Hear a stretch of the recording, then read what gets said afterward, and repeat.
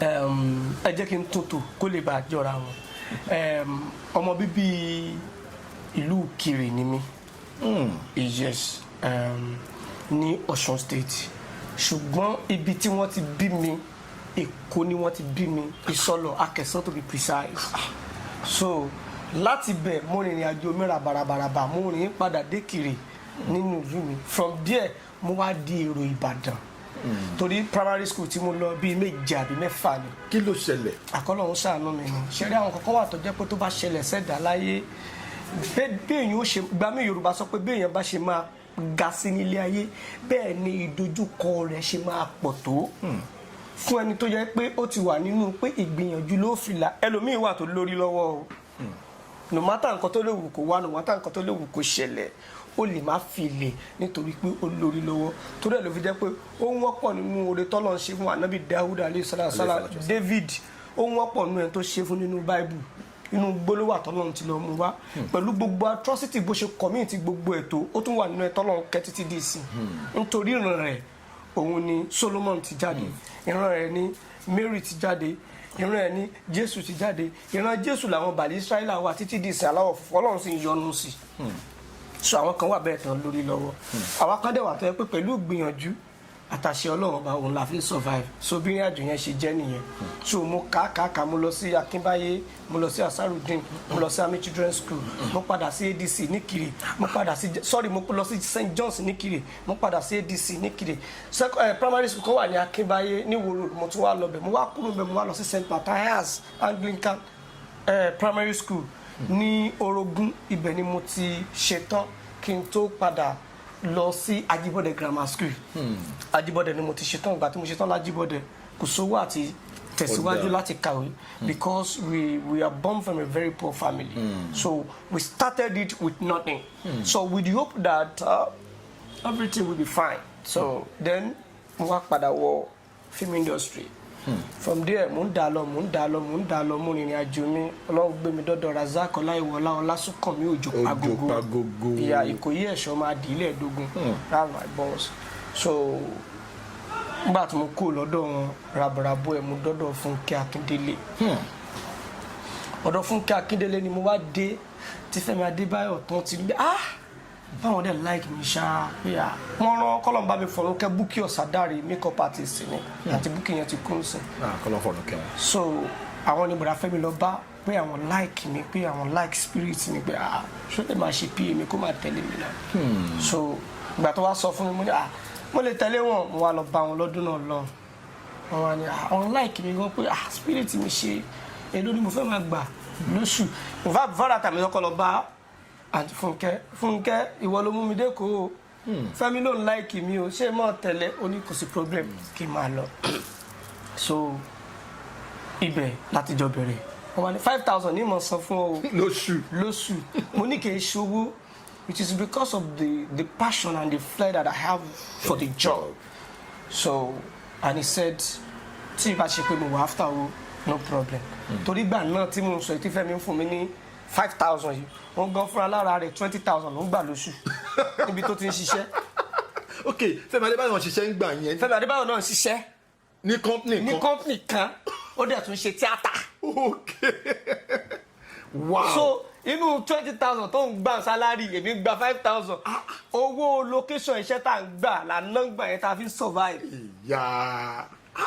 But bond yẹn gbà yẹn ó strong gan so it is not for money it is okay passion pé a ní believe pé okay ó máa dà so òun la fi rìn gbà yẹn títí kún advice mi lọ́jọ́ kan pé ẹyọ fẹ́ but ṣé o ní result mo ní NECO mo ní wàá kí abọ́ ẹyọ fẹ́ bọ̀ ó lè kàwé sí náà. mi ò àánú ọ̀nà jẹ́ ká try ẹ̀ náà bí mo ṣe lọ apply fún diploma nìyẹn theatre arts bọ́lá ṣe ní kọ́ mú mi nìyẹn. wow. so bí mo ṣe bẹ̀rẹ̀ nìyẹn tí mo fi ní àwọn ní Ọlọ́run lò láti jẹ́ kí n ní diploma in theatre arts. so Wow. nígbà yẹn ìgbà kan wà tó kò tiẹ̀ tí ó tojúmọ́ pé ọmọ máa dífà mi ṣe mọ́ so àwọn èèyàn ṣáàdá má ṣe bẹ́ẹ̀ má ṣe kinní kan má ṣe kinní kan so with the glory of God then I still have in mind to further more in my education but presently now iná tí igi tíyàn kú sínú ó pọ̀ so maybe tíyàn bá ti sort àwọn kinní yẹn out then we go further. Now, you are one of the funniest actors in the industry because you have done a couple of comic Nollywood movies. Pẹ̀lú àwọn gbajúgbajà òṣèré nínú industry wa. Then, mo fẹ́ kí ẹ sọ experience yín working with Funke Akindele torí pé recently ẹ wà nínú Ayétòrò. Ẹ wà nínú Jennifer ṣé mo gbà? Yes. Kí ni working relationship kí ni experience yín because Funke Akindele will be forever regarded as one of the greatest Nollywood actresses. Okay, ẹ jẹ́ kí n sọ one of the greatest Nollywood actresses in our industry because she's gonna be not in our industry alone, in Nigeria. In Nigeria. Yeah. Now ẹ jẹ́ kí n rephrase the question yẹn. Funke Akindele, she is one person that she will be regarded as the highest grossing actress in Africa with the movies like Everybody Loves Jennifer, A Tribe Called Judah, grossing well over 2 billion naira. Working with that kind of person, kí ni experience yín? Báwo lẹ ṣe lórí set yẹn? Báwo ni casting yẹn ṣe wáyé? Báwo ni working relationship yẹn ṣe jẹ́? Ẹ jẹ́ káwọn ará lè mọ̀. Okay, bí casting yẹn ṣe wáyé mo lè má lè sọ. Again, because as a writer, producer, tó bá ti ń kọ ó ti wò pé ẹni yìí mo fẹ́ lù it's just your own decision, your personal opinion. Again, so mo lè má lè sọ yẹn but my working with her, the relationship that we build, so mo lè sọ̀rọ̀ nípa yẹn. Mo rántí ní à ń ṣiṣẹ́ kan lọ́wọ́ lọ́yọ̀ọ́. Mo fẹ́ rántí title film yẹn ni Owó Ìfẹ́. Fíìmù yẹn mo fẹ́ wò bóyá mo get title yẹn ni so fíìmù yẹn là ń yà lọ́wọ́ àwọn àti Fúnṣọ́ Adéolú àwọn ló play lead iṣẹ́ yẹn lọ́dún yẹn náà lọ so wọ́n wá fẹ́ ra àmàlà ní jọ̀lùbọ̀ ní Lálùpọ̀n a wá dúró sí tòsí irú bíi làwà ibi tí wọ́n ti ń tàmàlà nìyẹn wọ́n ní Àyànfẹ́ wọ́n ní wọ́n ń tàmàlà ní Lálùpọ̀n mú mi débẹ̀ instead of ká gba bíi torí pé mo fẹ́ jẹ́ ká jọ sọ̀rọ̀ pé Fúnkẹ́ kíní mo wá mú wọn lọ gbà báyìí àgbà báyìí àṣẹ̀ṣẹ̀ wá padà dé ilé alámàlà yẹn torí pé mo fẹ́ ká sọ̀rọ̀ so gbàtà wà lámàlà yẹn tán àwa ń lọ you know said ṣé bí ta dúró sílẹ̀ ẹ̀kọ́ nìyẹn mo ní orí ẹ̀ ò pé mo níbi kan mo ní mo kò fẹ́ jẹ́ ká lóní wá you are funny wá ní pé anytime tó bá ti ṣe tán lọ́dọ̀ Òjòpá Gúgù máa bọ̀ lẹ́kọ̀ọ́ wá bá mi so ibi tí kìíní ẹ̀ ti kọ́kọ́ wà nìyẹn so ìgbà tí Òjòpá Gúgù wá tí wọ́n wá sọ fún wa pé ká lọ ṣe IT ìgbà yẹn Táwà Ajíṣefínní òun ti wà ní ọ̀dọ̀ wọn Táwà fún mi ní nọ́mbà àti Fúnkẹ́ mo fẹ́ pẹ̀lú àti Fúnkẹ́ mo fún àṣekù mo fẹ́ ṣe ọ̀yá máa bọ̀ Èkó yẹn ni mo wá dé so ẹ̀dẹ̀ mọ̀ ẹni tí ó bá nífẹ̀ẹ́ nǹkan iṣẹ́ tíátà mo mú bí iṣẹ́ ni nígbà yẹn because ọ̀gá tó train wa ó jẹ́ kó yé wa pé tó bá ṣe mú tíátà ló ṣe máa mú ẹ kò fórogún tó bá mú báyìí tíátà máa mú ẹ báyìí ló fi jẹ́ pé tẹ́ bá wo gbogbo àwọn tó yẹ pé wọ́n pass through stage ẹ kàn máa rí bí ẹni pé wọ́n ní gbéraga discipline ni because ọmọ nǹkan tí ìwọ tó yẹ pé o kàn wà fortunate pé Ọlọ́run kàn gbé ẹ pé o tẹ̀lé nìkan wá o dẹ̀ ṣe Ọlọ́run dẹ̀ ló ń dé àbí bóyá àwọn kankan láìkè wọ́n rẹ̀ pé wá ó gùdù ọkàn fún ẹrú o kàn dẹ̀ jẹ lọ o ò lè rọ́bì ìṣirò àwọn yẹn because àwọn yẹn mọ nǹkan tó pass through training again so ó wà lára nǹkan tó ń ṣẹlẹ̀ nísìnyí abínibí ó yàtọ̀ sí ability ẹlòmíì lè ní ẹ̀bùn tó bá ní ẹ̀bùn tó bá wà opportunity àwọn kan wà tó yẹ pé wọ́n ti fi ojú winá kinní yẹn má torí pé opportunity tó rí yẹn ó superior àwọn tí wọ́n fojú winá ẹ̀ so kinní yẹn ló jẹ́ kí èmi àtàntí Fúnkẹ́ ká close tabati wa dórí set kọ́lọ̀ bá mi fọ̀rún kẹ́ Osman Gbadebo PM iṣẹ́ wọn la kọ́kọ́ lọ lẹ́yìn iṣẹ́ yẹn tá a parí iṣẹ́ yẹn la wá ya Táíwò. Yeah, Táíwò yẹn mo fọ́nì lórí sẹ́ẹ̀tì yẹn mo ṣoríṣiríṣi advert fún iṣẹ́ tó wá jẹ́ káwọn èèyàn love mi gan. Ìgbà yẹn mo rántí mọ́tò àti Funke ń gba yẹn Primera green colour Sunny Adé náà nírú mọ́tò yẹn èmi mọ́kọ́ wa mọ́tò yẹn wọnú ra.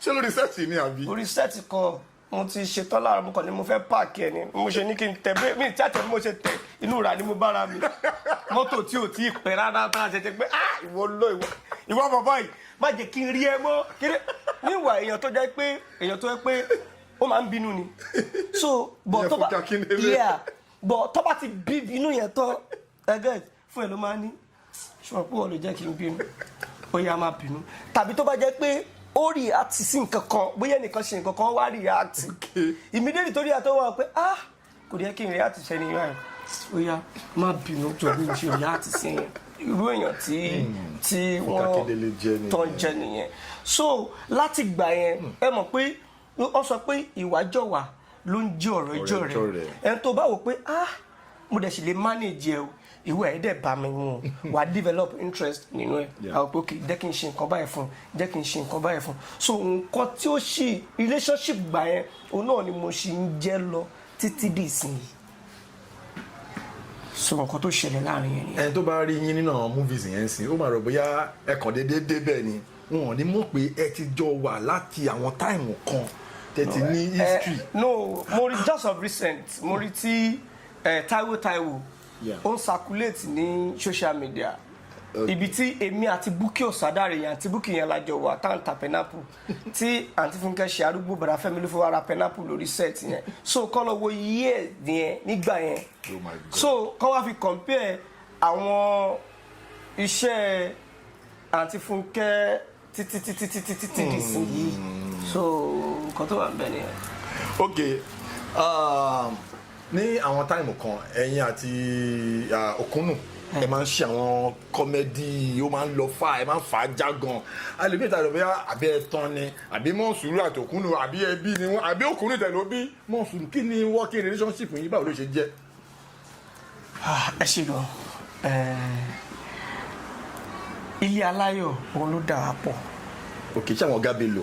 iye no iṣẹ́ Fẹ́mi Adébáyọ̀ but tẹ́ bá ní iṣẹ́ àwọn ọ̀gá bẹ lò yeah you are still right. okay. so Fẹ́mi Adébáyọ̀ ló ní ilé aláyọ̀ ìgbà tó wá ń kọ script yẹn role yẹn èmi náà fẹ́ fi ṣe ọmọ àfáà yẹn because ẹ mọ̀ tá a bá wà nílé wọ́n mọ̀ pé mo fọ́ ni mo máa ń wo àwọn ìwà kan wọ́n wò pé pẹ̀lú Àyànfẹ́ àtẹ̀wé àwọn ìwà òṣì ẹ̀ tó mọ̀ wọ ẹ jẹ́ káyọ̀fẹ́ lọ play role yìí so simply Saka ló yẹ kó play role yẹn. okay. yeah role tí Òkúnnù play ní aláyọ̀ yẹn simply Saka ló yẹ kó play ẹ̀ bóyá pé bóyá negotiation àbí availability bóyá òun ló fà I don't know because Òkúnnù ni wọ́n kọ script yẹn tí wọ́n ṣe switch sórí wọn adẹ̀ṣiṣẹ́ yẹn Ọlọ́run dẹ̀ sọ pé àlùbáríkà ẹ̀kẹ́ so ìgbà yẹn dẹ̀ mọ̀ pé tó bá ti di pé new face jáde àwọn marketers àwọn audience àwọn ọmọ òkè àwọn fẹ́ máa rí wọn papọ̀ ló fi jẹ́ pé iṣẹ́ tó bá wà wọ́n fẹ́ cast Monsuru wọ́n cast Òkúnnù wọ́n fẹ́ cast Monsuru wọ́n fẹ́ so from there èmi àti wọn close bond wà tó yẹ pé tí bá fẹ́ ṣe nǹkan kan àbẹ́ ní tìǹ máa pè wọ́n tó bá gbọ́ pé mo ṣe nǹkan àbẹ́ nìkan pè wọ́n ni mo ṣe báyìí wọ́n máa pè mí báyìí so nǹkan tó yẹ kémi àti wọn ká close nìyẹn iṣẹ́ yẹn ló pa wá pọ̀. ok torí lórí ètò yìí Unscripted ni àwọn èèyàn máa ń love láti listen sí ètò yìí torí a máa ń ní heart to heart discussion actor to actor so a máa ń gbé lọ sí àwọn levels kan náà ní orí sẹ́ẹ̀tì Alákadá ẹ wà ní Alákadá ẹ máa tún ṣe experience yẹn working with Tóyìn Abraham now working with Tóyìn Àyìnmákù then báwo ni experience yẹn ṣe jẹ́ lórí set yẹn because ẹlòmíì tó wà nínú industry yìí ti pẹ́ actor mi kò ní privilege láti wà lórí àwọn big set kan àwọn big set yẹn big locations big movies yẹn ẹ̀yin ti láǹfààní láti ṣiṣẹ́ ń bẹ̀ kí ni experience yẹn like. ok ẹ jẹ́ kí n sọ kankan iṣẹ́ tí ó kọ́kọ́ gbé mi jáde ẹ get Alákadá ni Alákadá ni iṣẹ́ tó kọ́kọ́ gbé mi jáde which is iṣẹ́ Tóyìn Àyìnmákù fine lórí set yẹn àwọn challenges kan wà tó yẹ pé èèyàn face tó yẹ pé èèyàn wò pé ọmọ ìjọ wo ló máa gbàdúrà mi I get but Yorùbá sọ pé dúdùn ni ọsàn máa ń so ìgbà tí ọsàn yẹn so dúdùn tán gbogbo àwọn nǹkan tí mo experience lórí set yẹn or tí mo pass through or tó ṣẹlẹ̀ sí mi ìríro mọ́ Yorùbá sọ pé ẹ jẹ́ ká dúpẹ́ olóore fáráyé ká sọ tìkà fún ìkà for the fact that Tóyìn fún mi ní privilege láti showcase talent mi lórí set yẹn so mo sì máa ń value opportunity yẹn dọ̀la because tí ò bá fún mi tó bá fẹ́ lò mí mo lè má débi tí mo dé lónìí so for the fact that pé ó fún mi ní opportunity yẹn in tí mo pass àti tó ṣẹlẹ̀ sí mi lórí set yẹn mi ò ríro because at the end ó padà so èso rere nǹkan tí mo kàn dé lọ́rin lọ́jọ́ yẹn ni wọ́n dẹ̀ ní àwọn fẹ́ bá mi ya fọ́tò mo kàn gbọ́ dáadáa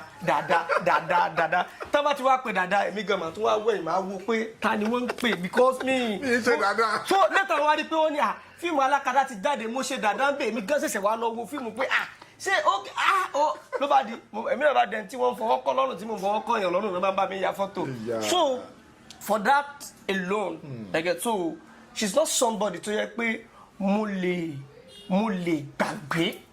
Again, in one way or the other, she contributed to the success of my life. Yeah. So for that, I hold her on the highest extreme. So she done well.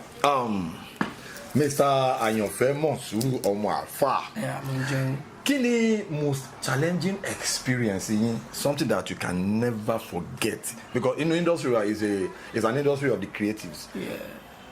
Iṣẹ́ tá máa ń ṣe a máa ń gbé ọpọlọ kalẹ̀ a máa ń perform a máa ń deliver. Kí ni most challenging experience tó jẹ́ pé tẹ́ bá rántí kíní yẹn báyìí ẹ lè gbàgbé mọ́ láyé. Okay. The most challenges. I am going to say it in parable. So in order not to escalate the issue before that so that it won't be something that will be dragging on social media. Yeah. The challenges tí mo rí jù ní industry ni ogun war tó wà ńbẹ̀. Ogun war bí ti báwo? Yeah, fine. Industry is very not deeper beyond what our eyes can see. Yes.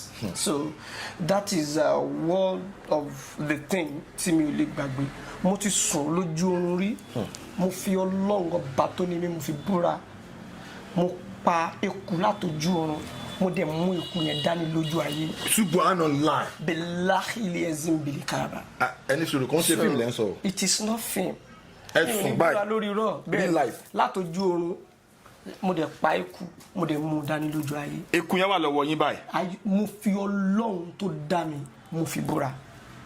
Kí ló wá ṣẹlẹ̀ lẹ́yìn ìgbà yẹn? Abẹ́lọ́ náà ni a lè ṣàdúrà Ọlọ́run dẹ̀ kó wáyé. So the most challenges tí mo rí jù ní industry ni pé war tó wà behind iṣẹ́ yẹn gangan. Ẹ̀sùn ẹ lálàá pé ẹ rí eku ẹ dẹ̀ pa eku yẹn ẹ dẹ̀ rí eku yẹn lọ́wọ́ yín pàtẹ́ jí real life. Ọlọ́run ṣàánú fún wa o. Really? Yeah. Now, àwọn èèyàn máa ń wò yín nínú àwọn films tẹ́ bá ti ń wọnú àwọn character àwọn ọmọ àfáà yẹn tẹ́ ń ṣe gbogbo àwọn kinní yẹn pẹ̀lú òkúnnù. Ẹlòmíràn máa wonder pé ṣé àfáà ni Monsuru real life tàbí bóyá character lọ́kàn máa ń gbé character wọ̀ fi ṣeré ṣé Muslim gangan ni yín tó ń kírun tó gbẹ̀sìn tó àwọn èèyàn fẹ́ mọ̀. Pẹ jẹ́ kí n split nǹkan tẹ́ bí mi yẹn. Mi ò ń ṣàfà. Mo máa ń gbé character wọ̀ ni. Ṣùgbọ́n Mùsùlùmí ni mí tí mo kírun. Mi ò ń ṣàfà. Mo máa ń play character ni. Tí wọ́n bá fún ẹ ní script that is what we call interpretation of the character. Tó o bá ti ṣe dáadáa wọ́n tún pè é nígbà míì. So màá gbé character wọ̀ bí àfà. Mùsùlùmí ni mí. Mo máa ń kírun ṣùgbọ́n mi ò ń ṣàfà. Okay. Now let us raise the stake a little bit. Ká jẹ́ kí segment tá a wà yìí là ń pè ní famous phone call. Ẹ máa gẹ́gẹ́ bí famous person. Ẹ máa gbé fóònù yín, ẹ máa wo contact yín. Celebrity tẹ́ mọ̀ pé tí n bá pè báyìí. Hello. Àyànfẹ́ ló ń sọ̀rọ̀. Mo kàn ní kí n kí yín ni. Mo wà lórí ètò kan ni. Báwo lára ṣe wà pàtó tán àwọn èèyàn kan fẹ́ gbóhùn. segment tàwa yìí nìyẹn. But méjì ni. Okay. Sherry, celebrity tẹ́ni kí n pè yẹn tó bá busy tí o bá gbé call. Ẹ pè mí. 100. Ẹ pè mí. Okay. Celebrity lẹ́yìn náà. So kò sí bẹ́ẹ̀ ṣe máa rí àmà tí wọ́n ń close mọ́ra wa jura wa lọ ní industry o. Okay, let me. Ẹni yìí nígbà mi lélẹ́yìí. I can try, but tẹ́ni yẹn bá busy bóyá ká tó kú lórí ètò ẹni yẹn lè wọ́n máa pè mí padà tí wọ́n bá busy wọ́n máa pè mí padà tí mo mọ̀ pé tó bá rí call mi ó máa gbé àyàfi tó bá busy lóko. Yeah, so ni mo pè ṣe ó ń ríngì báyìí. Famous phone call abala ìlà bàbá ẹ̀yìn ara lé ẹni tí àfa Monsuru ń pè a máa gbóhùn ẹni náà.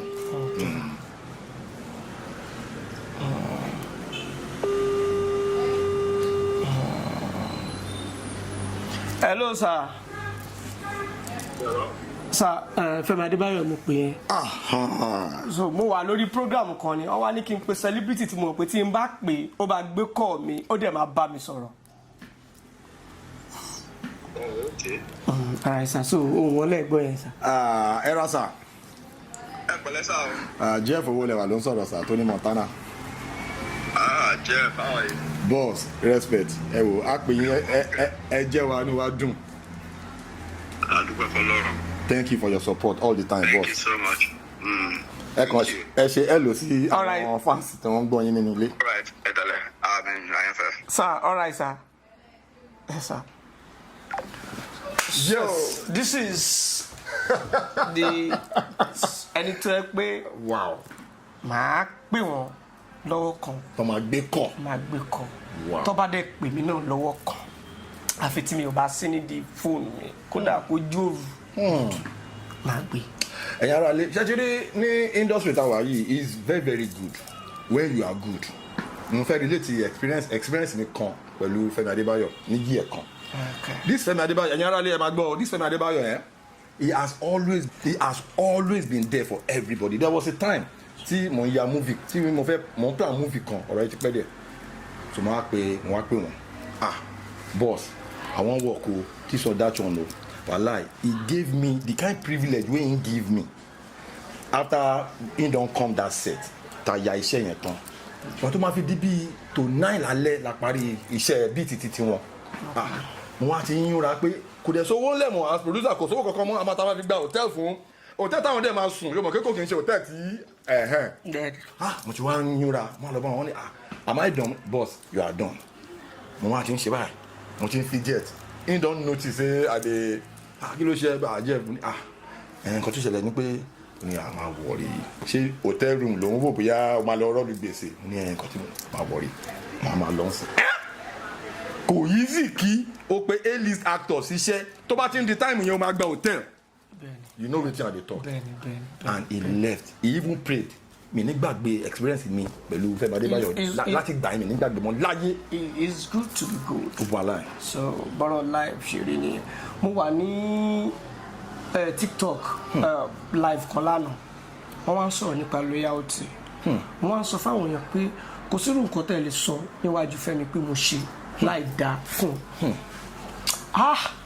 kò lè believe yín ó máa pè mí ó máa because ó máa rí bí ẹni pé nǹkan tẹ́ ń sọ yẹn bí irọ́ lẹ̀ pa because ẹnìkan wá bí mí léèrè pé ṣé mo lè kú fún lórí program wọn ni yes mo lè kú fún ó bá pè mí lábọ́bà kú mo wá sọ pé kú fún pé oríṣiríṣi kú fún yàtọ̀ sí kú fún ọ̀tọ̀ ni pé òkè o ẹni yìí o wọ́n fẹ́ afẹ́ pa o ó yá ìwọ la máa pa dí o mo ní ó yàtọ̀ láì pé ẹni yìí tó bá wà ń bí ẹ lè rọ́bì ṣe níbi tó wà tó bá wà ń bí yìí ó rẹ́dì láti ṣe pé ẹ má ṣe báyìí ṣàlàyé yẹn mo ní tí wọ́n ń pè ní loyalty nìyẹn so ẹ má dà kíní yẹn kọ pé tábà pé nàìjíríà ò da ayé ò da kò sẹ́ni tó fẹ́ kú ṣùgbọ́n àwọn life kan wà tó àwọn risk kan wà tó máa take nínú life tó máa pé no definitely ẹni yìí ó lè kú fún yàn bọ̀bí kìí ṣe bíi pé kó fẹ̀mí ẹ̀ kó fi lélẹ̀ so irú èèyàn báyẹn ni wọ́n jẹ́ sí mi because wọ́n ṣe so many things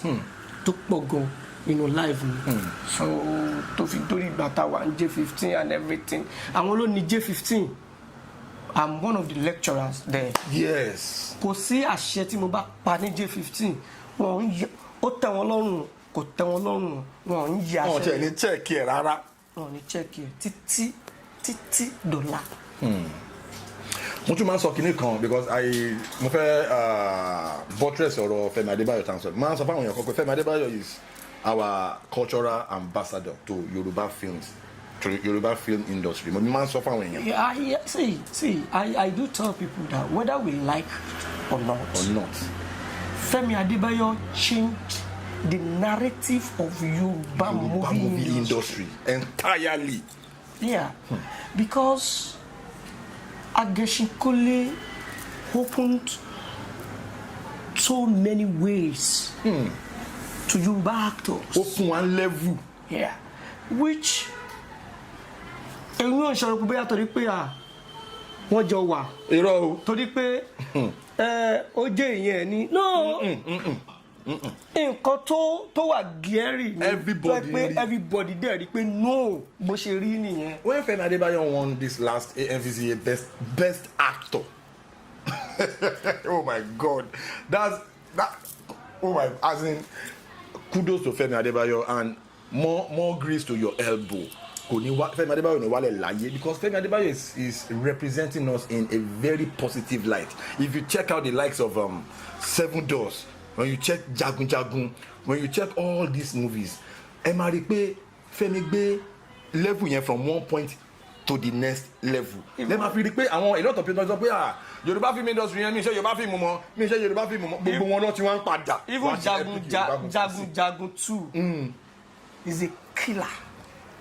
Ìyẹn tún bombshell. Wow.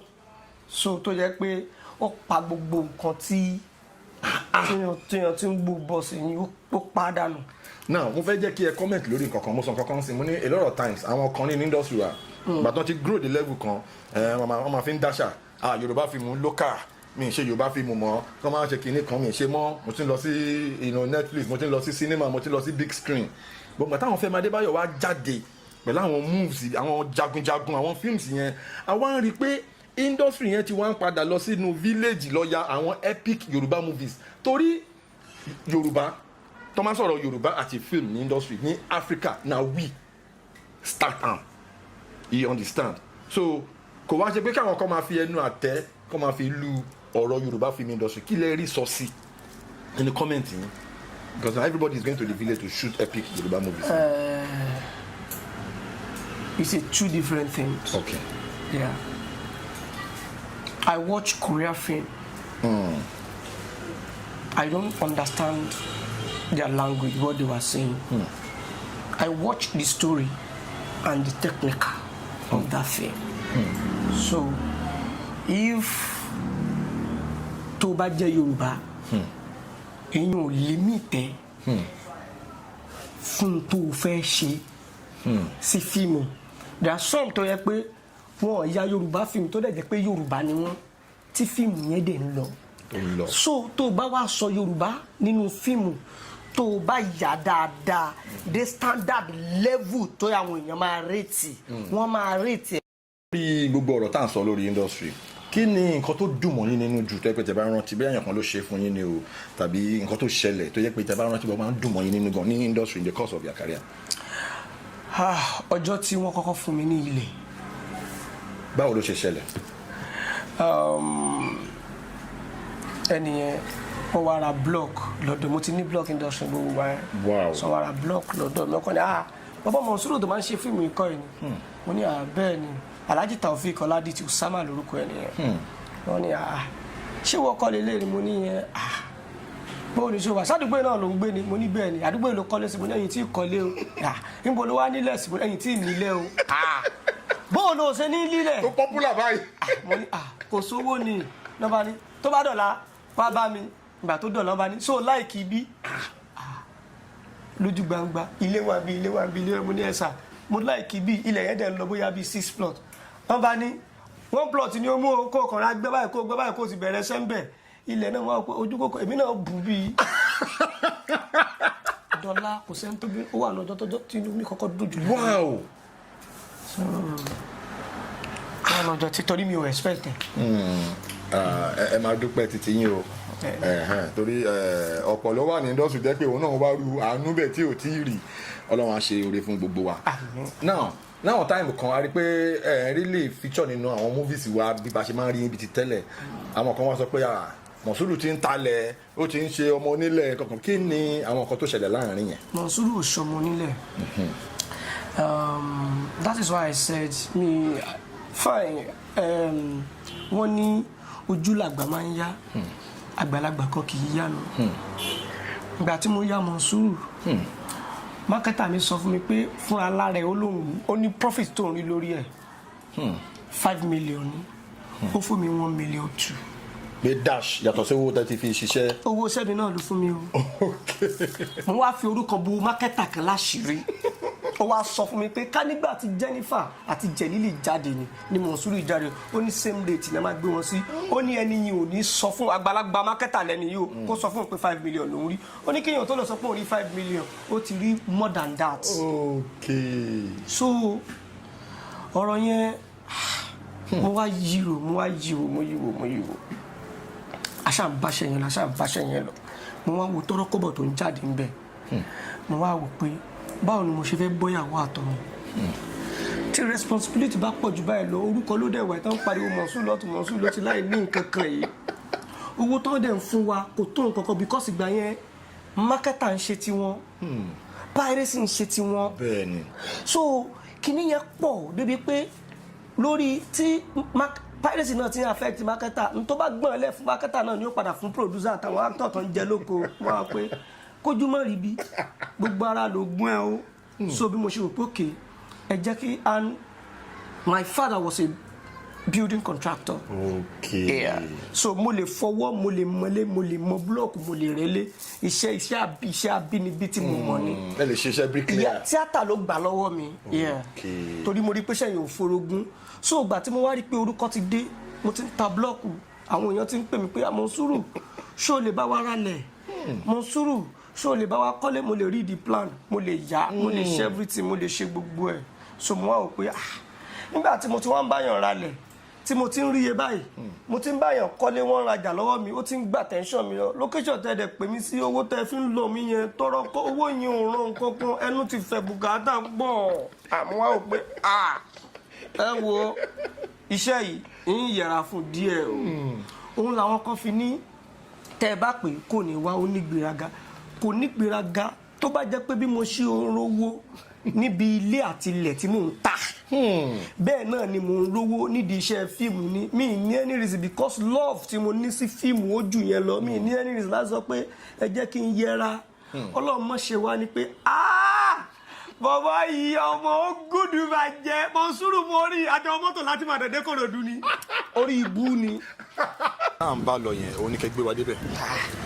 sẹ́ni tí mò ń sin sọ́lọ náà ni wípé ìbànújẹ́ ńlá nìkan mọ̀ sọ pé Monsuru bàbá yẹn àjọwọ́ mọ́tò láti Kòròdú dé Ìbàdàn ní orí ibú ni so kó tó wá di pé wọ́n mọ̀ sọ wípé bàbá yẹn òun ló ṣe gbọ́kadà kọjá àdúgbò mi ló ń gbé òun àtàwọn ọmọ kiri mo ṣáà pé ọmọ jẹ́ ń wá wọ̀rọ̀ pọ̀ kí n fi ṣàdá ẹgẹ́tì tápọ̀ ò bá ṣe sán ìgbà míì èèyàn máa ń ka lórí o so if you don't know where you are going to always remember where you are coming from. tó o bá ti mistake méjèèjì yẹn ó máa ṣòro díẹ̀ kó tó lè ṣìnà so which right one náà ládẹ ń jẹ títí dìísìn ló fi jẹ́ pé téèyàn bá pè mí títí dìísìn yìí màá sì charge wọn màá béèrè owó lóòótọ́ mi ò ní o ṣùgbọ́n mo wà contented pẹ̀lú kékeré tó wà lọ́wọ́ mi ni so mi ò kàn ní ṣèṣe pé mo fẹ́ lọ location tọrọ kọ́bọ̀ tàbá ń fún mi yẹn mo fẹ́ mọ̀ gbà fíìmù tó kọjá tọrọ kọ́bọ̀ níbi tá a bá dé yìí táwọn actors bá ti bẹ̀rẹ̀ sí ní charge tí èsì porúkọ ni wọ́n ń wá owó tá a fi ń ya fíìmù ó gbé pẹ́ẹ́lí torí owó wà ń di iṣẹ́ fíìmù tá a bá ti yà dáadáa. kí ni ọ̀rọ̀ ìgbìyànjú tẹ́ fẹ́ fún àwọn aráalé àtàwọn new artists tó ń ṣe ń join industry. kò sọ̀rọ̀ gbìyànjú tí mo fẹ́ fàyà ara ẹni ni pé ìfẹ́ tẹ́ ẹ ní sí wa ẹ jọ tó bá jẹ́ 100 ló wà ẹ jẹ́ kó wà ní 1 billion báyìí ẹ jọ torí inú kẹ́ ẹ nífẹ̀ẹ́ wa kẹ́ ẹ mọ̀ wo fíìmù wa òun làwa náà fi ní wọ depression pé lágbájá yìí sì ń dá mi mọ̀ tàmẹ̀dọ́ báyìí sì ń dá mi mọ̀ oríire ni ṣé wá rí ẹ̀yin tẹ́ ẹ ṣẹ̀ṣẹ̀ ń bọ̀ ohun tó dájú láyé nídìí iṣẹ́ yìí òun ni ẹ má wọ aago aláago tó o bá ti wọ aago aláago ó sọ yahoo rẹ di yahoo plus torí pé o fẹ́ ní fíìmù and then ìwọ tó o bá ti gbé pé bó o ṣe ń bọ̀ ìtàbí òun pé mo lóòmì lọ́wọ́ mo fẹ́ yàwó lọ́bẹ̀ lọ́wọ́ àwọn tó kó bí 1 billion lè lọ sí so lásìkò tí wọ́n ń náwó yẹn ni wọ́n lórúkọ o ọjọ́ tí 1 billion bá ti tán mọ̀ ní rí wọn mọ́ o you get ìwọ tó wá wò pé obìnrin ni mí mò ń worúkọ mò ń wá bẹ́ẹ̀ tí n bá ti débẹ̀ tán bá ti ní fèmù báyìí mo fẹ́ máa gbọ́kùnrin lọ́tún lọ́sì ní kí n fi survive o ìyá mi kò sí ní tó máa ní bẹ̀rẹ̀ tí ò lópin the most important thing ni pé ṣiṣẹ́ ìwà tó jẹ́ yí pé ó fi relevant kí dẹ̀ ni wà fún máa relevant ní industry òní ìtẹríba àti àfojúsùn. àfojúsùn. yes yeah know what you want for yourself and be focused tó bá ti wá focus there is a lot of side attraction tó máa wá endurance ló máa jẹ́ kó overcome ẹ̀ so tó bá ti ní gbogbo àwọn eléyìí industry ó dùn ó sì tún kan so tí kíkan bá dé ó fi endurance ó fi gbé tí dúdú bá dé ó níyọ̀ láyọ̀ jù nítorí kó o lè bá a pẹ́ ń bẹ̀ so nǹkan tó mo lè sọ fáwọn tó ń bọ̀ lẹ́yìn nìyẹn.